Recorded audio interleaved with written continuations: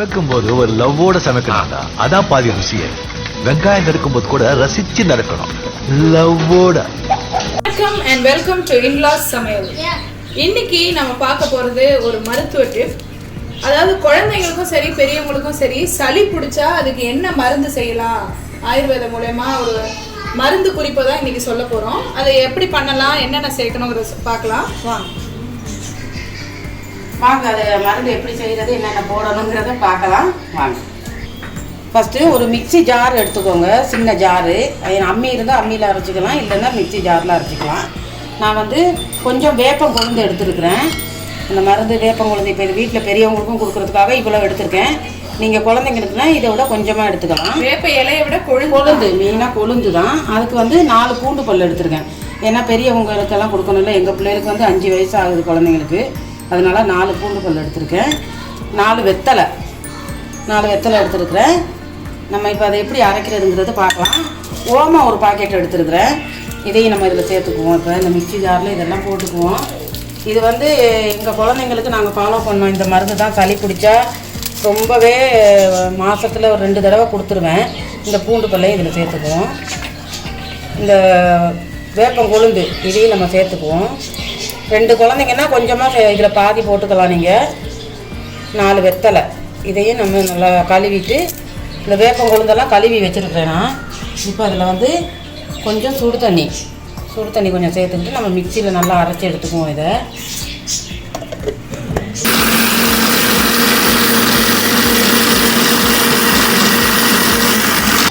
நல்ல மையாக அரைச்சி எடுத்துக்கிட்டேனால இதை நம்ம ஒரு துணியில், ஒரு சின்ன கிண்ணம் வச்சு துணியில் வடிகட்டிக்கிறணும். நான் இப்போ சொல்ல வந்தது என்னன்னா, இது வந்து ரொம்ப சளி நம்ம மருந்து கொடுத்து கேட்கலன்னா, நீங்கள் இந்த சளிக்கு இந்த மருந்தை கொடுத்தீங்கன்னா இந்த இங்கிலீஷ் மருந்தெல்லாம் கொடுக்கக்கூடாது. ஒரு நாளைக்கு ஃபுல்லாக காலையில் டிஃபன் எல்லாம் கொடுத்துட்டு தான் நீங்கள் இந்த மருந்து கொடுக்கணும். அப்போ தான் அது வந்து அந்த சளியெல்லாம் நம்ம பிள்ளைகளுக்கு வெளிக்கு போகையில் எல்லாம் வெளியாகிடும். ரொம்ப நல்லா மருந்து இது. இது நான் அதை நல்லா ஒரு துணி போட்டு வடிகட்டி எடுத்துக்கிறேன். இது வந்து ஆக்சுவலாக வெறும் வயிற்றுல தான் நம்ம பிள்ளைங்களுக்கு டிஃபன். ஆமாம், ஆனால் அதுக்கப்புறம் வந்து வெறும் வயிற்றுல கொடுத்தோன்னே கொஞ்சம் வயிற்றை கலக்க ஆரம்பிச்சிது. அதனால சாப்பாடு கொடுத்தீங்கன்னா அந்த இதை வந்து நம்ம தண்ணி ஊற்றி ஒரு 2 தடவை நல்லா சுடு தண்ணி ஊற்றி, சுடு தண்ணியில் தான் போட்டு அரைக்கணுமே. சுடு தண்ணியில் தான் நம்ம இதை கொடுக்கணும் குழந்தைங்களுக்கு. தண்ணி ரொம்ப சூடாக இருக்க வேண்டாம். தண்ணி இருமா. எங்கள் வீட்டில் என் மகன் எல்லாருமே குடிப்பாங்க இது, என்னை தவிர.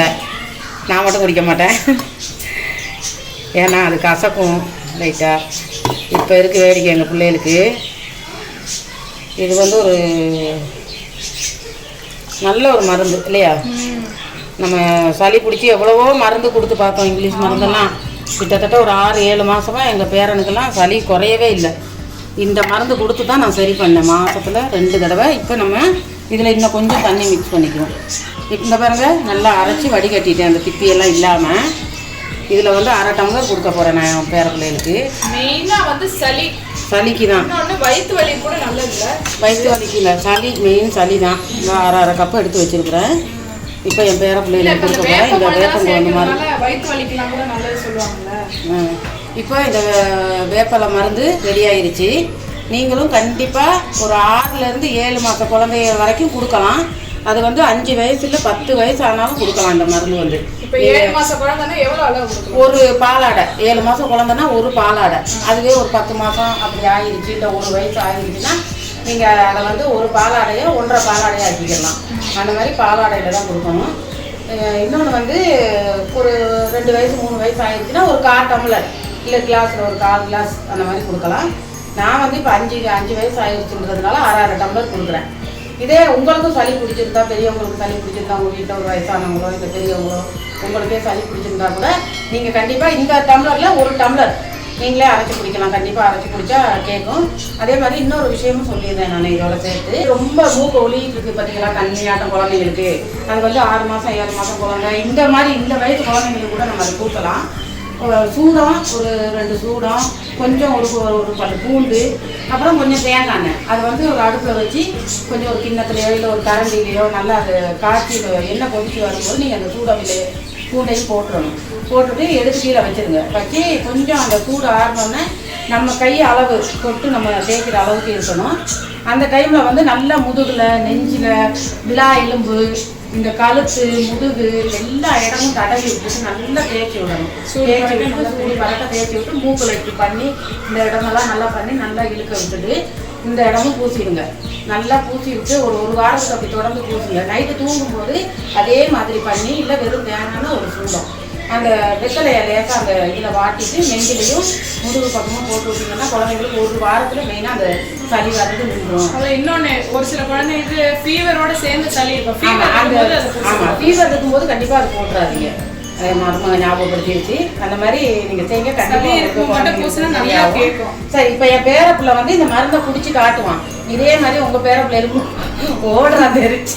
இது மெயினா குழந்தைங்க சின்ன வயசுல இருந்து தலைக்கு ஊத்துனாதான் ஊத்துவீங்க. ஆமா, இன்னொன்னு என்னன்னா, இந்த மருந்து வந்து குழந்தை இப்போ 6 மாச குழந்தை, 7 மாச குழந்தை, சப்போஸ் 10 மாசம் அந்த மாதிரி இருக்கும்போது நீங்க மாசத்துல 2 தடவை தலைக்கு குளிக்க ஊத்துற அன்னைக்கு இந்த மருந்து கண்டிப்பா கொடுங்க. ஆனா இங்கிலீஷ் மருந்து மட்டும் கொடுத்துடாதீங்க. அந்த குட்டி பால் அந்த மாதிரி ஐட்டங்கள் எதுவும் கொடுத்துறாங்க. கொடுக்கும்போது நல்லா ஞாபகத்தில் வச்சுக்கோங்க. பால் கொடுக்கறதுல ஒண்ணு இல்லை. இந்த மருந்து கொடுத்து தாய்ப்பால் கொடுக்கலாம். ஆவின் பால் அந்த மாதிரி இங்கிலீஷ் மருந்து இது இந்த 2ஐயும் தவிர்த்துருங்க. கண்டிப்பா நீங்க உங்க குழந்தைகளுக்கு ஏதாவது இந்த மாதிரி இருந்தா நீங்க செஞ்சு பாருங்க, நிச்சயம் குணமாகும். இன்னொரு விஷயம் என்னன்னா, இது ஃபுல்லா தமிழ் மருந்துங்கிறதுனால இத கொடுக்கும் போது நீங்க சளிக்கு ஆல்ரெடி இங்கிலீஷ் மருந்து கொடுத்தா இந்த மருந்தை மட்டும் இன்னைக்கு கொடுங்க. இன்னைக்கு ஃபுல் டே இங்கிலீஷ் மருந்து அவாய்ட் பண்ணிடுங்க. மறுநாள் நீங்க கொடுக்கலாம் இங்கிலீஷ் மெடிசன். இதையும் அதையும் சேர்த்து மிக்ஸ் பண்ணி கொடுக்காதீங்க. ஓகே, இந்த இப்ப என் பேரனுக்கு கொடுக்க போறேன் இந்த மருந்தை. நான் குடிக்க போறேன். பாரு, அவனே டக்கு குடிச்சு காட்டுங்க. சொல்லு, நீங்களும் இந்த மாதிரி உங்க பிள்ளைகளுக்கு கொடுங்கன்னு சொல்லு. கசப்பு தான், ஆனாலும் அவங்க விரும்பி குடிப்பாங்க. சின்ன வயசுல ரொம்பவே கேட்டு வாங்கி குடிப்பாங்க. பிள்ளைங்க குடிக்க கொஞ்சம் இது பண்ணுவாங்க தான். ஆனா நீங்க சக்கரை தரேன், கொஞ்சம் ஃபோர்ஸ் பண்ணியாவது கொடுத்துருங்க. அது ரொம்ப நல்லது சளி முறிக்கிறதுக்கு. சக்கரை தரேன். இந்த சக்கரை எடுக்கிறேன். நீங்க மடமடம் குடிச்சிருங்க. குடிச்சிட்டு சக்கரை குடி. போட்டாச்சு, குடி குடி குடிச்சிடு. குடி. வீடியோ எடுத்துட்டு இருக்காங்கல்ல அப்பா. குடி. நிறைய நீங்க வாங்க வாங்க வாங்க. நல்லா இல்ல தம்பி குடிக்கிறான் பாரு. முடக்கு குடி. டைம் ஆகுது இல்ல, குடி. முடக்குன்னு குடி. சக்கரை தரேன்.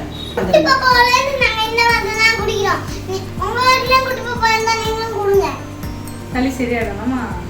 டக்குன்னு குடிங்க. அப்படியே முடக்குன்னு குடிங்க. இந்த குடிக்கிறாங்க 2 பேரும். சமத்து பிள்ளைங்க குடிங்க. சரி, யார் ஃபர்ஸ்ட் குடிக்கிறீங்கன்னு பார்க்கலாம். யார் குடிக்கிறீங்க? குடி. கடகடகடன் குடிங்க. சின்ன வயசுல எல்லாம் வந்து கேட்டு வாங்கி குடிப்பாங்க. இப்ப கொஞ்சம் கஷ்டம் தான், ஆனாலும் குடிச்சுப்பாங்க எல்லாமே. குடிங்க. நச்ச குடிச்சு முடி. சரி, ஓகே. அடுத்து வந்து இந்த வீடியோ கண்டிப்பா ட்ரை பண்ணி பாருங்க. நல்ல ஒரு மருந்து சளிக்காக. நீங்களும் வீட்டில் கண்டிப்பா அது குழந்தைங்களுக்கு செஞ்சு கொடுங்க.